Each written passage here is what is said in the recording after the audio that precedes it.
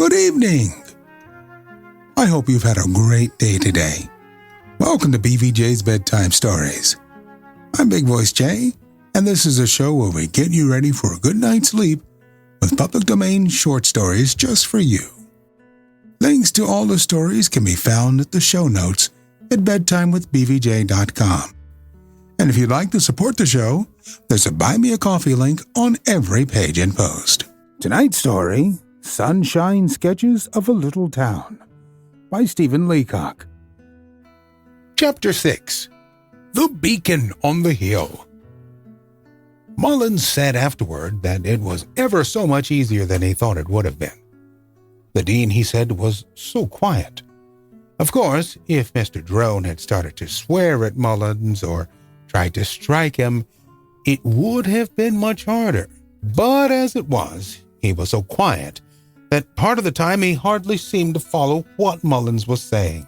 So Mullins was glad of that, because it proved that the dean wasn't feeling disappointed, as in a way he might have. Indeed, the only time when the rector seemed animated and excited in the whole interview was when Mullins said that the campaign had been ruined by a lot of confounded mugwumps. Straight away, the dean asked if those mugwumps had really prejudiced the outcome of the campaign.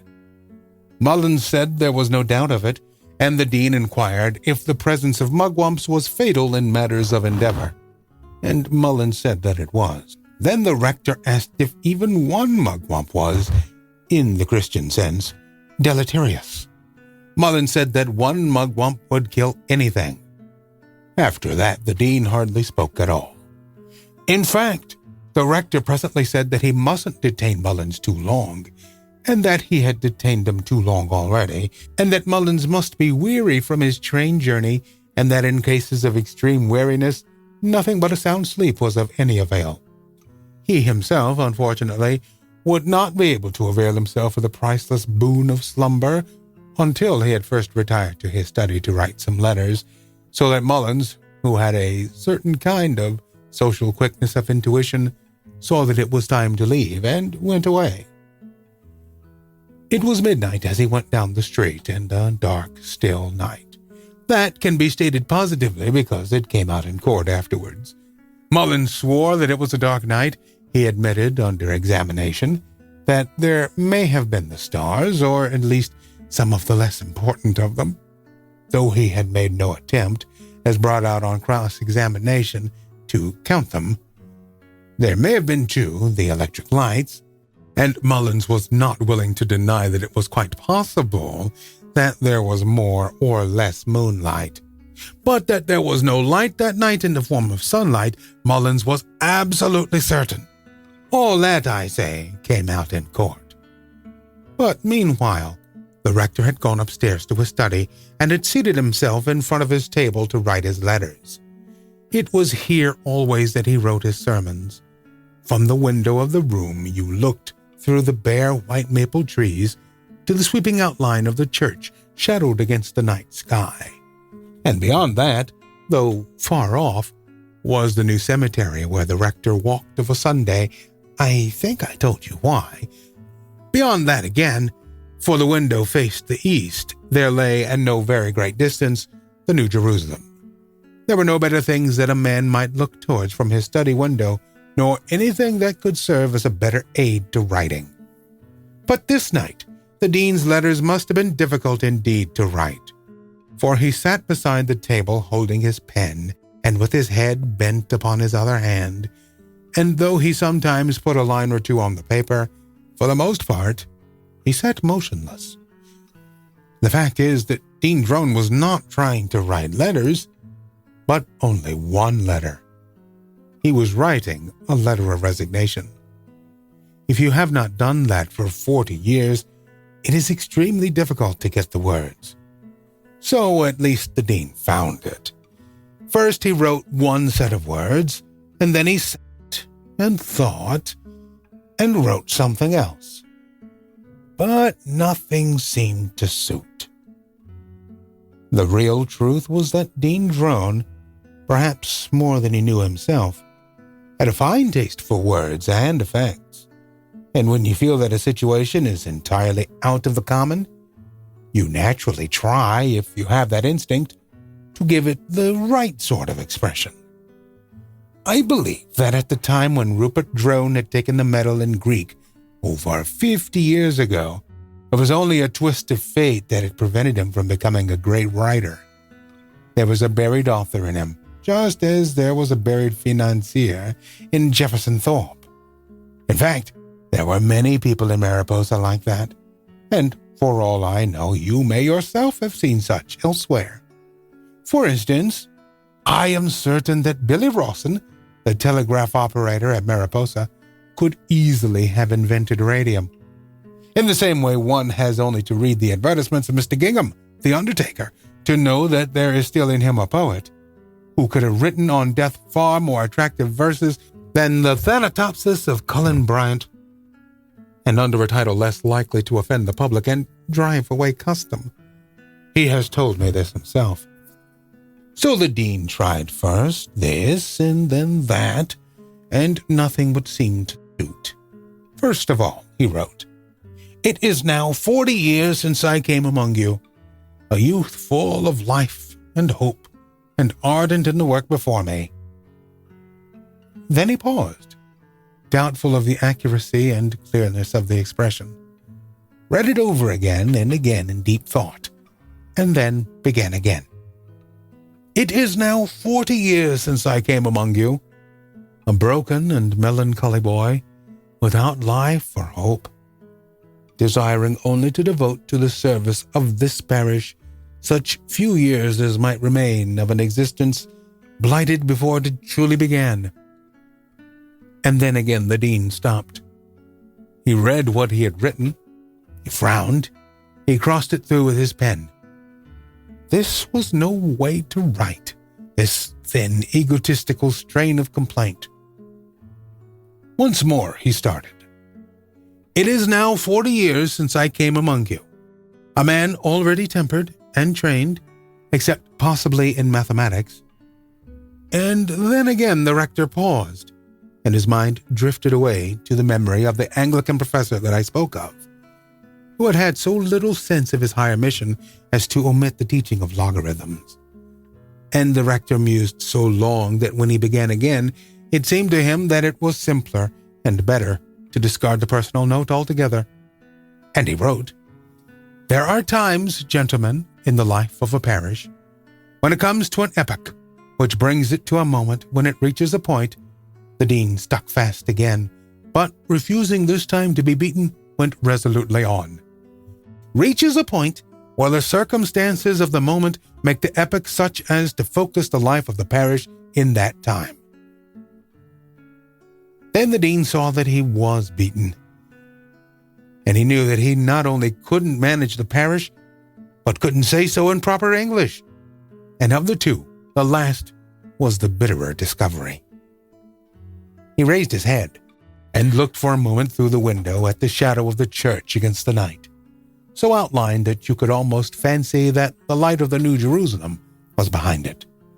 Then he wrote, and this time not to the world at large, but only to Mullins, "My dear Harry, I want to resign my charge.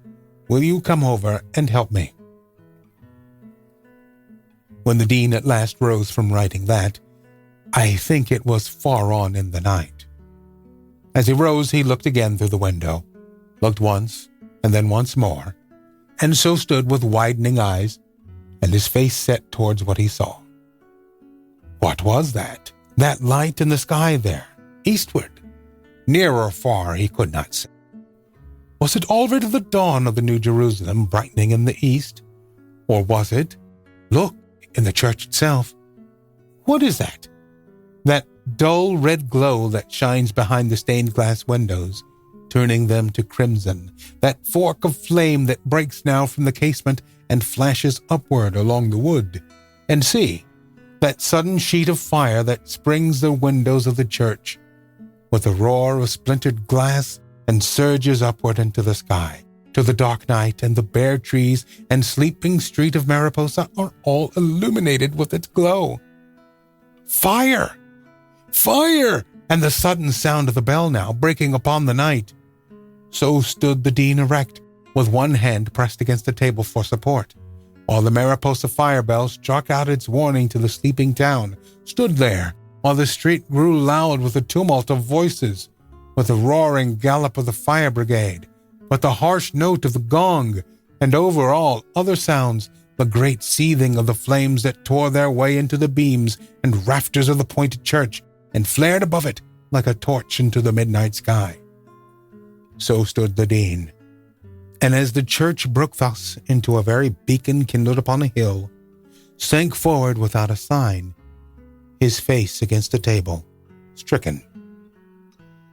You need to see a fire in a place such as Mariposa, a town still half of wood, to know what fire means. In the city, it is all different. To the onlooker, at any rate, a fire is only a spectacle, nothing more. Everything is arranged, organized, certain. It is only once, perhaps in a century, that fire comes to a large city as it comes to the little wooden town, like Mariposa, as a great terror of the night. That, at any rate, is what it meant in Mariposa that night in April, the night the Church of England church burnt down. Had the fire gained but 100 feet or less, it could have reached from the driving shed behind the church to the backs of the wooden shops of the main street. And once there, not all the waters of Lake Wissanotti could stay the course of its destruction. It was for that 100 feet that they fought, the men of Mariposa, from the midnight call of the bell till the slow coming of the day. They fought the fire, not to save the church, for that was doomed from the first outbreak of the flames, but to stop the spread of it and save the town. They fought it at the windows and at the blazing doors, and through the yawning furnace of the open belfry, fought it with the Mariposa engine thumping and panting in the street, itself aglow with fire like a servant demon fighting its own kind, with tall ladders reaching to the very roof, and with hose that poured their streams of tossing water foaming into the flames.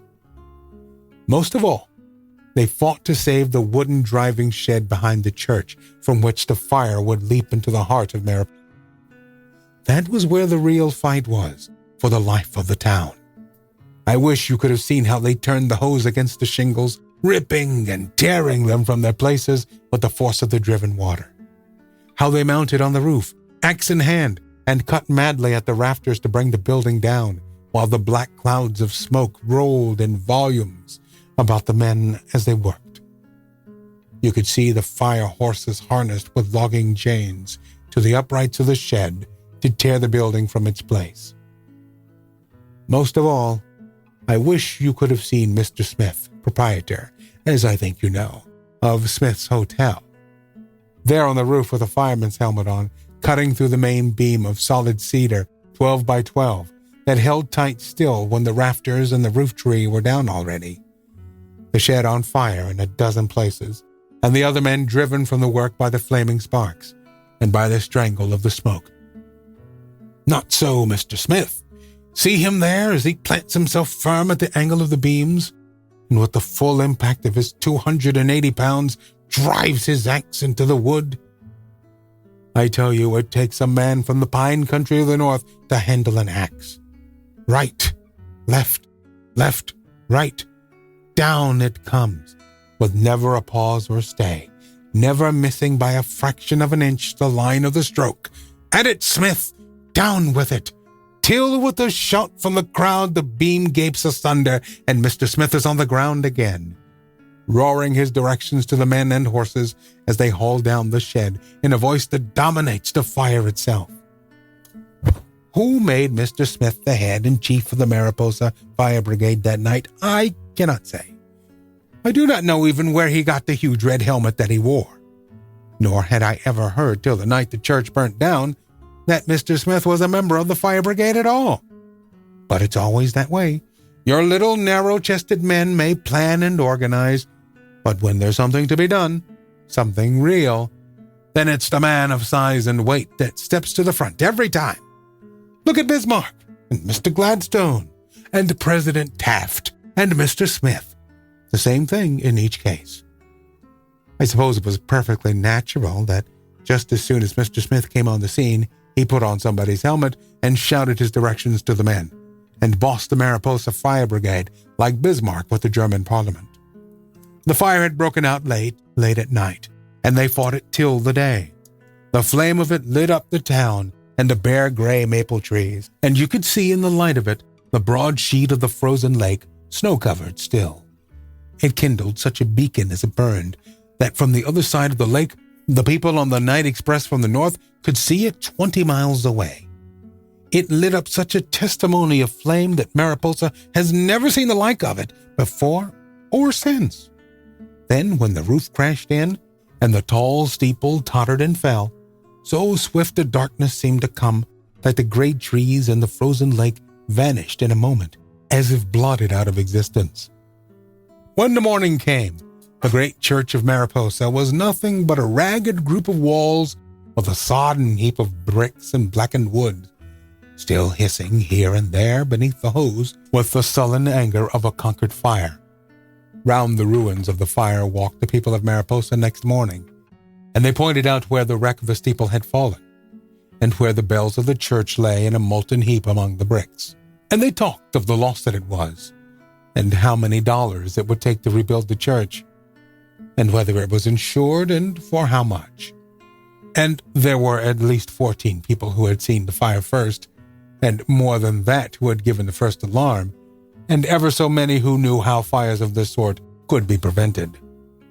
Most notable of all, you could see the sidesmen and the wardens, and Mullins, the chairman of the vestry, talking in little groups about the fire.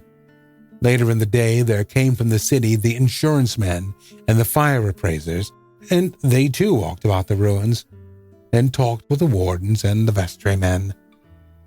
There was such a luxury of excitement in the town that day that it was just as good as a public holiday.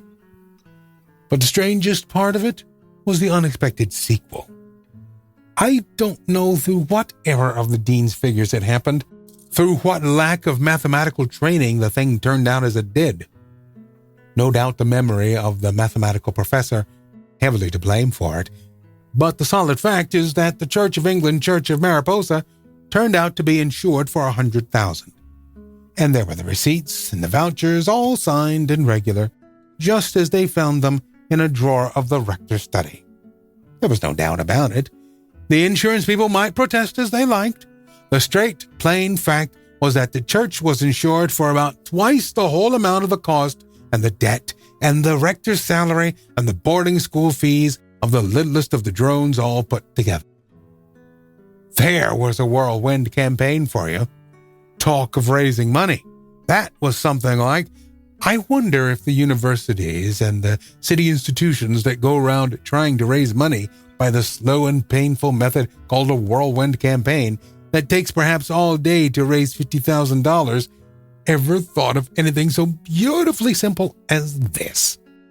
The greater testimony that had lain so heavily on the congregation went flaming to its end, and burned up its debts and obligations, and enriched its worshippers by its destruction. Talk of a beacon on a hill! You can hardly beat that one.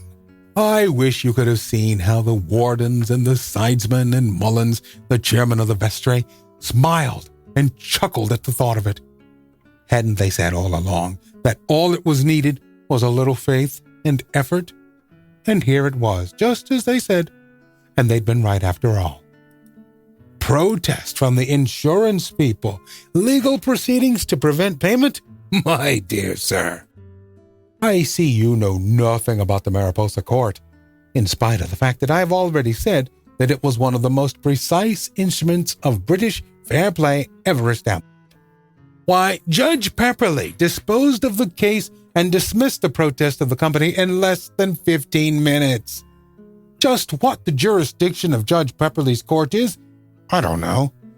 But I do know that in upholding the rights of a Christian congregation, I am quoting here the text of the decision, against the intrigues of a set of infernal skunks that make too much money anyway, the Mariposa court is without an equal.